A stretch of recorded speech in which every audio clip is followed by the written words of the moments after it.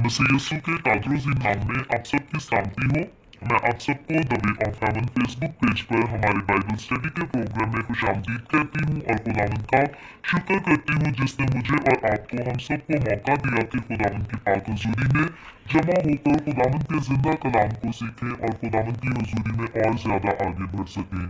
सो मेरे अजीजों, खुदावंद के कलाम में से दूसरी तवारीख की किताब की स्टडी को आज हम प्रॉपर तौर पर स्टडी स्टार्ट करेंगे। इसकी कल हमने पहली तवारीख की किताब उसके लास्ट चैप्टर को सीखा था। आज हम दूसरी तवारीख की किताब उसके चैप्टर फर्स्ट को सीखेंगे। और इससे पहले मैं खुदावंद के कलाम को पढ़ना शुरू करूं, मैं आप सबसे गुजारिश करती हूँ कि आप जितने मेरे साथ ऑनलाइन आ चुके हैं बराए मेहरबानी इस वीडियो को अपनी वॉल पर और दूसरे ग्रुप्स में जरूर शेयर करें ताकि मजीद लोग हमें खुदावंद का कलाम सुनने के लिए ज्वाइन कर सकें।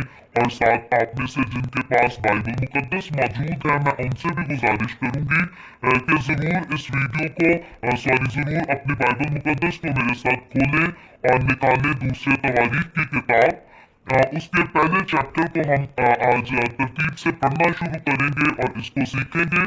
सो खुदावंद के कलाम में यूं लिखा है, और सुलेमान बिन दाऊद अपनी ममलकत में मुस्तहकम हुआ और खुदावंद उसका खुदा उसके साथ रहा और उसे नहायत सरफराज किया। सो यहाँ पर हम देखते हैं कि पहली तवारीख की किताब उसका लास्ट चैप्टर जब हम देखें तो वहां पर हम देखते हैं कि दाऊद बादशाह ने वफात पाने से पहले किंगडम जो है जीते जी अपने बेटे सुलेमान के हवाला कर दी और दाऊद बादशाह के जीते जी दाऊद बादशाह का बेटा तख्त पर बैठा। और खुदा ने वादा किया था कि खुदा सुलेमान बादशाह की किंगडम को मुस्तहकम करेगा, उसको सक्सेसफुल बनाएगा, प्रॉस्पर बनाएगा। और खुदा ने अपने वादा के मुताबिक ऐसा ही किया। लेकिन हम देखते हैं कि जैसे दाऊद बादशाह का दिल खुदा के साथ लगा था, इसी तरह दाऊद बादशाह का बेटा सुलेमान अगर किंगडम का आगाज करता है खुदा के हुक्म के साथ, खुदा के चुनाव के साथ, तो सुलेमान बादशाह का भी अपना दिल जो है खुदा के साथ लगा हुआ है। और इसीलिए हम देखते हैं उसी के नतीजे में लिखा है कि और सुलेमान बिन दाऊद अपनी ममलकत में मुस्तहकम हुआ और खुदावंद उसका खुदा उसके साथ रहा और उसे नहायत सरफराज किया। मुबारक है वो लोग, खुशकिस्मत है वो लोग और बहुत ही अच्छे और नेक है वो लोग जिनके साथ खुदा होता है, जो अपनी मेहनत की कमाई पर और अपनी मेहनत की कामयाबियों पर फख्र नहीं करते, बल्कि जिनका फख्र खुदावंद पर होता है, जो अपने पास जो कुछ रखते हैं उसका सारा क्रेडिट खुदा के नाम को देते हैं। कई बार दुनियादार लोग जो हैं जब वो तरक्की कर जाते हैं, बढ़ जाते हैं अपनी जिंदगी में, तो वो इस बात को भूल जाते हैं या इस बात को नजरअंदाज कर देते हैं कि हमारे पास जो कुछ है ये खुदा की देन है, बल्कि वो कहते हैं हमारे दिन रात की मेहनत का फल है। मेरी माँ मुझे बता रही थी कि मेरा एक कजन है, गांव में वो रहा करते थे और गांव में बहुत ज्यादा लग्जरी लाइफस्टाइल नहीं था उनके पास, लेकिन अब वो एक शहर में शिफ्ट हो चुके हैं।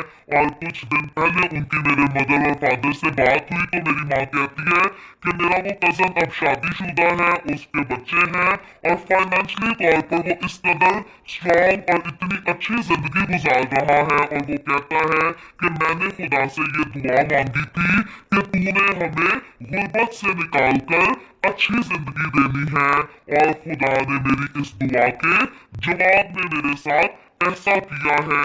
अगर दुनियावी तौर पर हम देखें, अगर यही कोई दुनिया में जिंदगी गुजारने वाला शख्स खुदा के से दूर रहने वाला शख्स इसी तरह गुर्बत से निकलकर कामयाब हो जाता तो शायद वो अपने नाम को क्रेडिट देता, शायद वो गलत तरीकों से जो है सक्सेस को हासिल करता।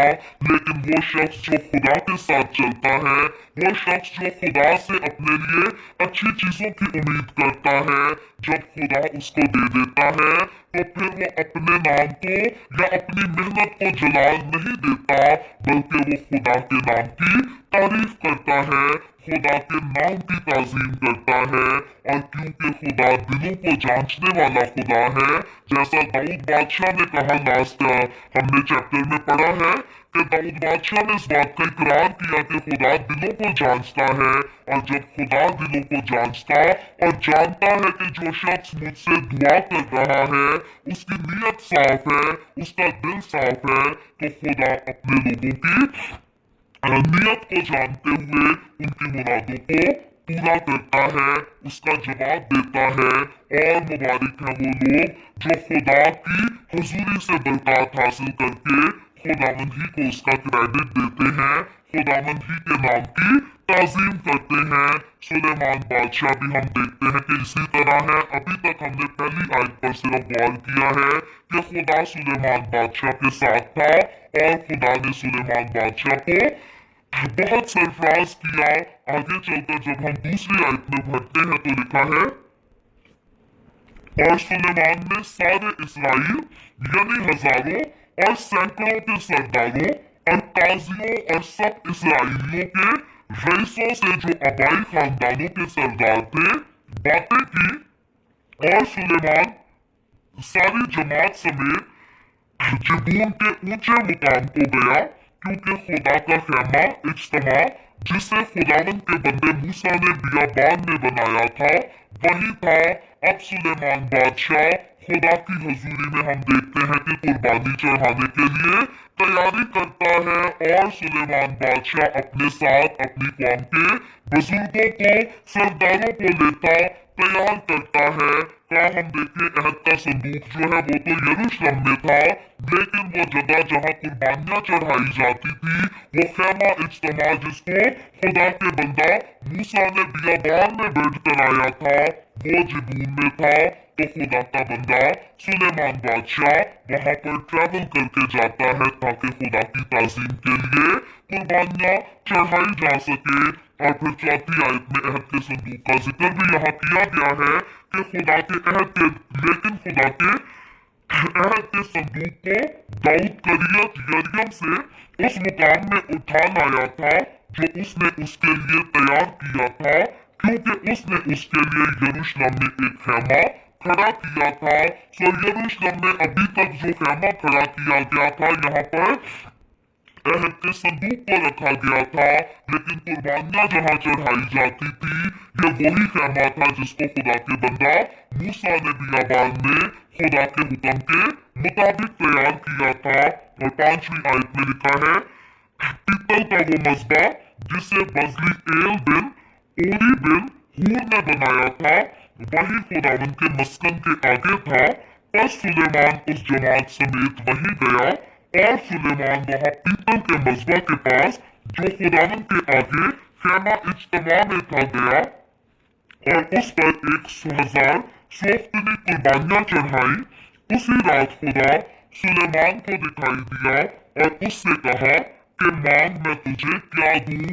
یاد رہے کہ آج جو حوالہ ہم سیکھ رہے ہیں اس کو آلریڈی ہم پہلے سلاطین کی کتاب میں سیکھ کر آ چکے ہیں، اور یہاں پر ہم دیکھتے ہیں کہ جب سلیمان بادشاہ خدا کے لیے قربانی چڑھانے کے لیے جاتا ہے تو خدا بھی سلیمان بادشاہ سے ملاقات کرنے کو آتا ہے۔ آج کئی بار لوگ جو ہیں دوسروں کے پلو پکڑتے ہیں کہ کسی طرح سے ہمیں خدا مل جائے، ہمیں بلیسنگ مل جائے، کئی تعویذ پڑھتے ہیں اور کئی نہ جانے اور کون کون سے ٹیشن کرتے ہیں، چادریں چڑھانے کے لیے جاتے ہیں، ننگے پاؤں چل کے آتے ہیں کہ شاید یہ کرنے سے ہمیں خدا مل جائے۔ لیکن یاد رکھیں جو سچے دل سے خدا کو پکارتے ہیں، جو سچے دل سے بغیر کسی دوسرے کے وسیلہ سے خود خدا کو یاد کرتے خود خدا کی حضوری میں آتے ہیں، خدا آپ ان سے ملاقات کرنے کو اتر آتا ہے۔ یہاں پر خدا خود سلیمان کو دکھائی دیا، خدا نے سلیمان سے باتیں کی۔ پہلی سلاطین کی کتاب میں جب ہم نے اس حوالے کو سیکھا تھا تو اور زیادہ وہاں پر کلیئر کیا گیا ہے کہ خدا خواب میں سلیمان بادشاہ کو دکھائی دیا۔ یاد رکھیں کئی بار لوگ کہتے ہیں جی خواب آیا تو شیطان کی ہی طرف سے ہوگا، ہر خواب جو ہے وہ شیطان کی طرف سے نہیں ہوتا۔ اس سے پہلے ہم دیکھیں کہ خاص طور پر ہر کرسمس کے سیزن میں ہم سیکھتے ہیں کہ خدا جو ہے یوسف کو بھی خدا اپنا فرشتہ جو ہے خواب ہی میں دکھاتا ہے، اور خدا کا فرشتہ جبرائیل خواب میں یوسف سے باتیں کرتا ہے اور اس کو کہتا ہے کہ تو اپنی بیوی مریم کو اپنے ہاں لے آنے سے نہ ڈر۔ سو خدا کے ساتھ چلنے والوں کے خوابوں میں بھی خدا ان سے ملاقات کے لیے آ جاتا ہے۔ سلیمان کے ساتھ بھی ایسا ہی ہوا۔ سلیمان بادشاہ کو خدا جو ہے دکھائی دیا، ملاقات کرنے کو آیا، اور خدا نے سلیمان بادشاہ سے پوچھا کہ بتا تجھے کیا چاہیے۔ سو انسان خدا کے قریب اس قدر جب آ جاتا ہے تو خدا کو آپ پوچھتا ہے کہ بتا تیری رضا کیا ہے، بشرطے کہ انسان وفاداری کے ساتھ، سچائی کے ساتھ، دیانتداری کے ساتھ خدا کی راہوں پر چلنا سیکھے۔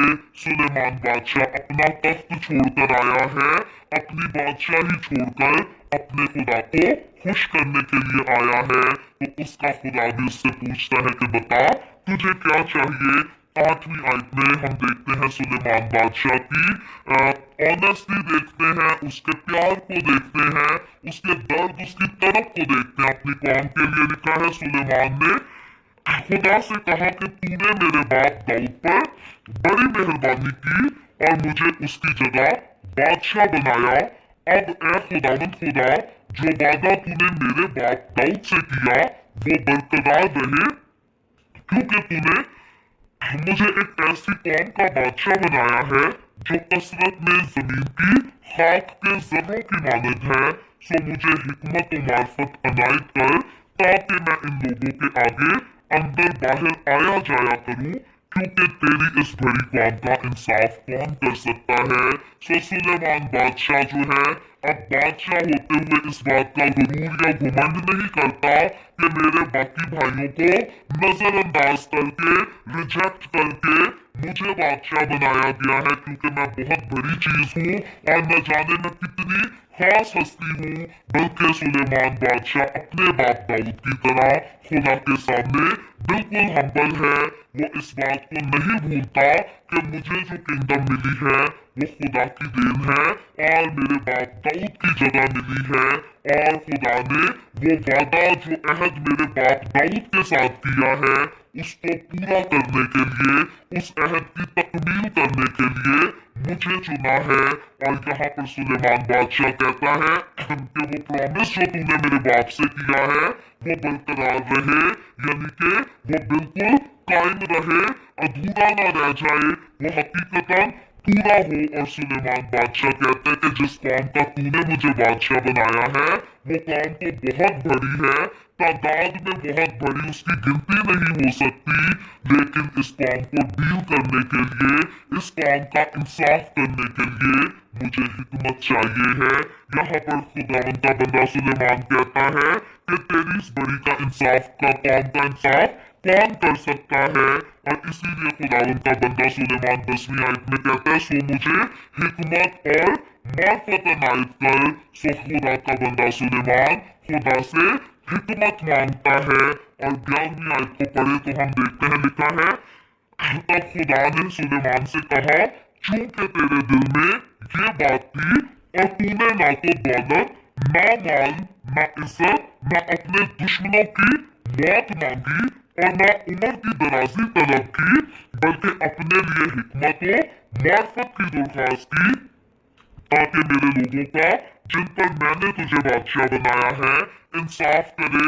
سو یہاں یاد رکھے کہ خداوند نے ہمیں باقی برکات مانگنے سے منع نہیں کیا، اور اگر ہم خدا سے اور برکات، عمر کی درازی جیسی برکات مانگتے ہیں تو خدا ہمیں حقیر نہیں سمجھتا۔ یہاں سلیمان بادشاہ کی زندگی کا سینیریو الگ تھا۔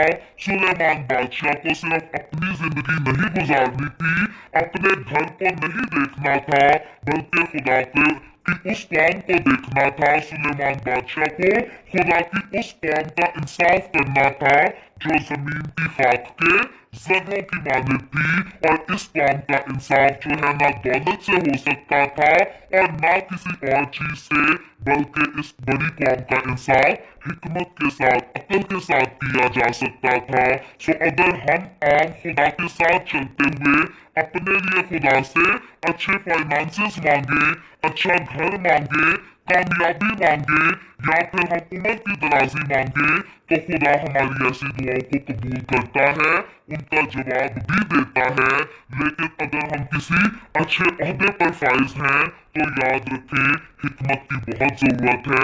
बाकी मैं ये नहीं कहती कि आम इंसानों को हिकमत की नहीं जरूरत, हर इंसान को हिकमत की जरूरत है, लेकिन जो जितना बड़ा ओहदा रखता है उसको उतनी ज्यादा हिकमत की जरूरत होती है। सुलेमान बादशाह के पास खिदमत बड़ी थी, सुलेमान बादशाह के पास रिस्पॉन्सिबिलिटी बड़ी थी, इसीलिए हिकमत की जरूरत भी सुलेमान बादशाह को बहुत ज्यादा थी। लेकिन क्योंकि बादशाहों की हमेशा ख्वाहिश होती थी कि हम अपनी हिस्ट्री के या हम दुनिया की हिस्ट्री के मुताबिक सबसे ज्यादा अमीर दौलतमंद बादशाह साबित हों, और सुलेमान बादशाह ने राजा होते हुए, किंग होते हुए, बादशाह होते हुए खुदा से ये डिमांड ना की कि तू मुझे मेरे दौर का सबसे बड़ा बादशाह बनाना या सबसे ज्यादा दौलतमंद बादशाह बनाना, बल्कि सुलेमान बादशाह ने खुदा से हिकमत मांगी, विस्डम मांगी कि वो खुदा की कौम का इंसाफ कर सके। सो यहाँ से पता चलता है कि सुलेमान बादशाह के दिल को लगन जो थी वो अपनी कौम के साथ थी, अपनी कौम के लोगों के साथ थी। आज खुदा के लोग होते हुए या हम में से जो खुदा की खिदमत करते हैं, हमारी रिस्पॉन्सिबिलिटी है कि हम अपनी जात के लिए नहीं, अपने घर के लिए नहीं, बल्कि सबसे ज्यादा अपनी कौम की फिक्र करें, उन रूहों की, उन भेड़ों की फिक्र करें जो भेड़ें खुदा ने हमें चराने के लिए दी हैं, जो रूहें खुदा ने हमें बचाने के लिए दी हैं। और जब हम खुदा की कौम की फिक्र करते हैं, जब हम खुदा के लोगों की फिक्र करते हैं, तो खुदा हमारी फिक्र आप करता है। सो यही बात यहाँ पर सुलेमान बादशाह और खुदा के बीच में होती है, और खुदा सुलेमान बादशाह की तारीफ करता है। लिखा है 12वीं आयत में, सो हिकमत और मार्फत तुझे अता हुई और मैं तुझे इस कदर दौलत और माल और इज्जत बख्शूंगा कि ना तो उन बादशाहों में जो तुझसे पहले हुए किसी को नसीब हुई और ना किसी को तेरे बाद नसीब होगी। क्या ही जबरदस्त खूबसूरत वादा खुदा सुलेमान बादशाह से करता है। और ये क्यों इतना बड़ा वादा किया जा रहा है? क्योंकि सुलेमान बादशाह ने खुदा को बताया था कि बादशाह होते हुए मेरे लिए कितनी किंगडम मेरी ऊपर जाती है ये मायने नहीं रखता, कितनी दौलत मुझे मिलती है ये मेरे लिए मैटर नहीं करता, लेकिन मैं तेरी कौम का इंसाफ कैसे करता हूँ ये मेरे लिए मैटर करता है। और क्योंकि सुलेमान बादशाह को खुदा की फिक्र थी, खुदा की कौम की बल्कि फिक्र थी, इसीलिए खुदा को सुलेमान बादशाह की फिक्र थी। क्योंकि सुलेमान बादशाह को खुदा की कौम से मोहब्बत थी, इसीलिए खुदा ने सुलेमान बादशाह से मोहब्बत की। और क्योंकि सुलेमान बादशाह खुदा की कौम को सुख देना चाहता था, इसीलिए खुदा ने सुलेमान बादशाह को सुख दिया, उसके दौर को सबसे ज्यादा सुख वाला दौर बनाया। अच्छा खूबसूरत तरीन दौर इस दुनिया में सिर्फ सुलेमान बादशाह का दौर आया है आज तक। इसके अलावा जितने ममालिक को विजिट करके देख लें, हर जगह क्राइम है और गुर्बत भी अरूज पर है, मुख्तलिफ मुश्किलात का सामना करना पड़ता है। लेकिन बाइबल मुकद्दस बताती है कि सुलेमान बादशाह का दौर जो था वो इसराइल में पुरअमन और पुरसकून दौर था, अनलेस के सुलेमान बादशाह ने खुदा से जब तक बेवफाई नहीं की थी तब तक अमन था, सुकून था। लेकिन आखिरी अयाम में जब सुलेमान बादशाह बेवफाई करता है, गुनाह करता है, तो खुदा उसको सजा देता, खुदा उससे नाराज भी हो जाता है। लेकिन यहाँ तक हम देखते हैं कि सुलेमान बादशाह जितना खुदा के साथ वफादार और सिंसियर था, खुदा ने भी उतना ही उसको सरफराज करने की, उसको बुलंद करने की बात की, वादा किया। और यहाँ तक खुदा ने कहा कि ना तुझसे पहले कोई बादशाह इतना अमीर आया और ना तेरे बाद कोई आएगा। मैं तुझे इस कदर हिकमत को दूंगा क्योंकि तूने हिकमत मुझसे मांगी है, लेकिन क्योंकि ये हिकमत तूने अपनी जात के लिए नहीं बल्कि मेरी कौम के लिए मांगी है, तो मैं दौलत, इज्जत, शोहरत सब कुछ मैं तुझे इनाम में ऐसे गिफ्ट दे दूंगा। काश कि मैं और आप हम भी खुदा के साथ इसी तरह वफादारी से चले, हम्बल रहे और खुदा के काम की फिक्र करे, तो याद रखे खुदा हमें सब कुछ इनाम में दे देगा। हम अक्सरोकात गीत गाया करते थे छोटे होते हुए, पहले ढूंढो तुम मेरी बादशाही, पहले ढूंढो तुम मेरी रास्तबाजी, तो ये सारी चीजें तुमको मिलती जाएंगी, सब जरूरतें भी पूरी होती जाएंगी। तो जो खुदा की बादशाही को ढूंढते हैं, जो खुदा की रास्तबाजी की तलाश करते हैं, याद रखें उनको रास्तबाजी भी मिल जाती है, बादशाही भी मिल जाती है, और दुनिया की सारी चीजें भी इनाम में खुदा से मिल ही जाती हैं। सो यहाँ पर आगे चलकर हम 13वीं आयत को पढ़ें तो लिखा है, चुनाचे सुलेमान जिबून के ऊंचे मुकाम से यानी खैमा इज्तिमा के आगे से यरूशलेम को लौट आया और बनी इसराइल पर सल्तनत करने लगा। सो खुदा की बरकत को हासिल करने के लिए और खुदा की बरकत को हासिल करने के बाद सुलेमान बादशाह यरूशलेम में लौट आता और मुकम्मल तौर पर किंगडम करता है। और 14वीं आयत में से लेकर आखिरी आयत तक सुलेमान बादशाह की बादशाहत की कुछ अच्छी और खास बातों का जिक्र किया गया है। हम इनको एक साथ पढ़ेंगे 14वीं आयत से 17वीं आयत तक। यहाँ लिखा है, और सुलेमान ने रथ और सवार इकट्ठे कर लिए और उसके पास 1400 रथ और 12,000 सवार थे, जिनको उसने रथों के शहरों में और यरूशलेम में बादशाह के पास रखा। और बादशाह ने यरूशलेम में चांदी और सोने की कसरत की वजह से पत्थरों की मानद और दीवारों को नशीब की जमीन के गूलर के दरख्तों की मानद बनाया। और सुलेमान के घोड़े मिस्र से आते थे और बादशाह के सौदागर उनके झुंड के झुंड यानी हर झुंड का मोल करके उनको लेते थे। और वो एक रथ 600 मिस्काल चांदी और एक घोड़ा 150 मिस्काल में लेते और मिस्र से ले आते थे। और इसी तरह हित्तियों के सब बादशाहों और अराम के बादशाहों के लिए उन्हीं के वसीला से उनको लाते थे। खुदा उनके पाक कलाम पढ़े और सुने जाने पर खुदा उनकी बरकत हो। सो इस तरह से हम देखते हैं कि सुलेमान बादशाह जब खुदा से हिकमत हासिल करने के बाद अपनी बादशाही का आगाज करता है तो बहुत ही प्रॉस्पर होता है। खुदा सुलेमान बादशाह को कामयाब करता है, उसको बरकतें देता है। और क्योंकि उसके पास हिकमत बड़ी थी तो वो बड़ी हिकमत के साथ बड़े सौदे करता था और किस तरह से मिस्र से घोड़े लेकर आगे दूसरे मुल्कों में उनको बेचे जाते थे और उनसे बहुत अच्छा मुनाफा कमाया जाता था।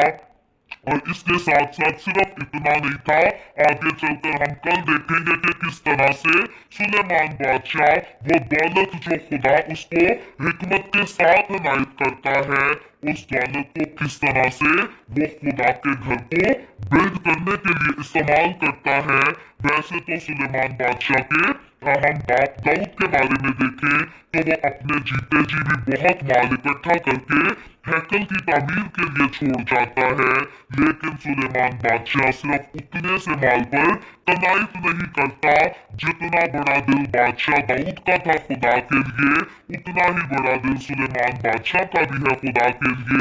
अगर दाऊद बादशाह चाहता था कि खुदा का घर बड़ी शान शौकत के साथ बनाया जाए तो सुलेमान बादशाह की ख्वाहिश भी ऐसी थी कि जितनी और चीजें जमा हो गई उतनी तो है, लेकिन और ज्यादा सामान इकट्ठा करके खुदा का घर शान शौकत के साथ बनाया जा सके। और खुदा का बंदा सुलेमान ऐसा ही करता है, वो मेहनत करता है और खुदा की वफादारी करता है और खुदा सुलेमान बादशाह को सुरखरू करता है, कामयाब करता है और सरफराज करता है। खुदावंद के लोग होते हुए, खुदावंद के कलाम को सीखते हुए, खुदावंद का कलाम यहाँ पर मुझे और आपको आज के इस हवाले के वसीला से इंकरेज करता है कि हमें भी खुदा के साथ वफादारी से चलना है। खा इंसान होते हुए हमारी जिंदगी की जरूरियात बहुत सारी हैं, तो भी खुदावंद का कलाम हमें बताता है कि अगर हम खुदा के कलाम को इज्जत देंगे, अगर हम खुदा के साथ अपनी मोहब्बत की डोर को बांधेंगे, तो खुदा के तालिब होते हुए खुदा भी हमें किसी नेमत के मोहताज नहीं रहने देगा। खुदा अपने लोगों की जरूरतें मुख्तलिफ तरीकों से पूरा करता है। खुदा कभी किसी को वसीला बनाता और कभी किसी को वसीला बनाता है और अपने लोगों की जरूरियात को पूरा करता है।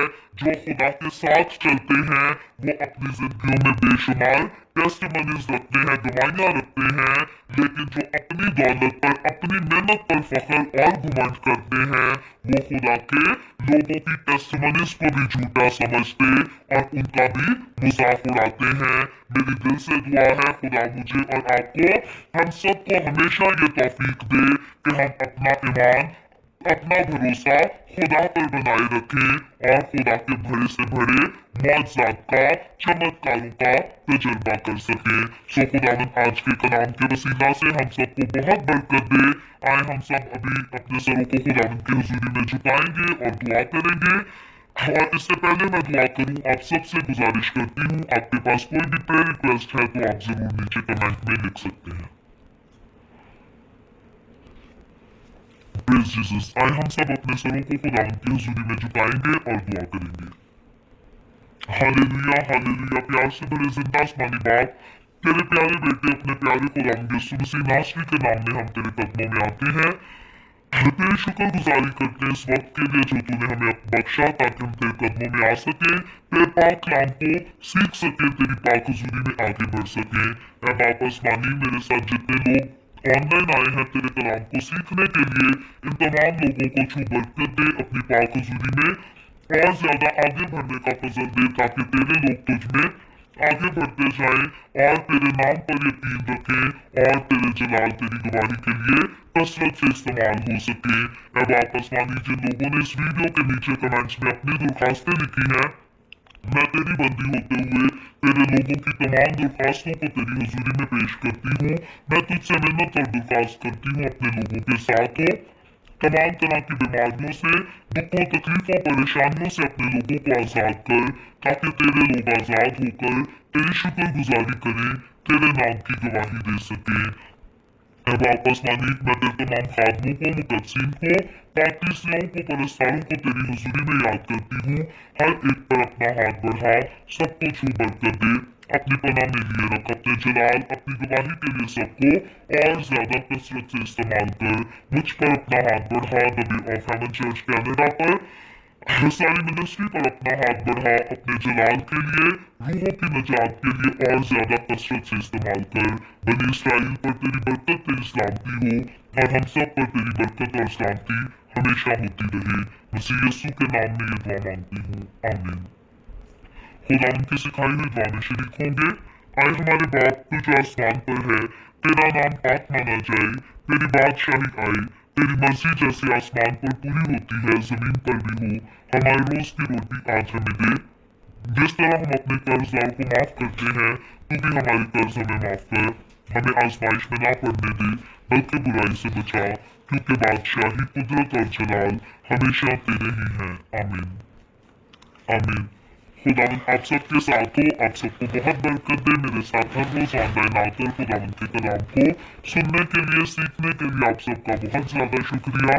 इस काम को जगह जगह शेयर करते रहे, ताकि हम सबके वसीला से अंजील की मनादी कसरत से हो सके। सो कल फिर खुदावन ने चाहा तो इसी तरह the way of haven Facebook page पर ऑनलाइन आकर हम खुदावन के कलाम को सीखेंगे पाकिस्तान के सुबह 7 बजे, इंडिया के सुबह 7:30 बजे और कनाडा टोरंटो टाइम के मुताबिक रात को 10 बजे। आप जरूर खुद भी आए, दूसरों को भी दावत दें ताकि मजीद लोग हमारे साथ मिलकर खुदावंद के कलाम को सीखते रहें और खुदावंद की हुजूरी में आगे बढ़ते रहें। खुदावंद आप सबके साथ हो।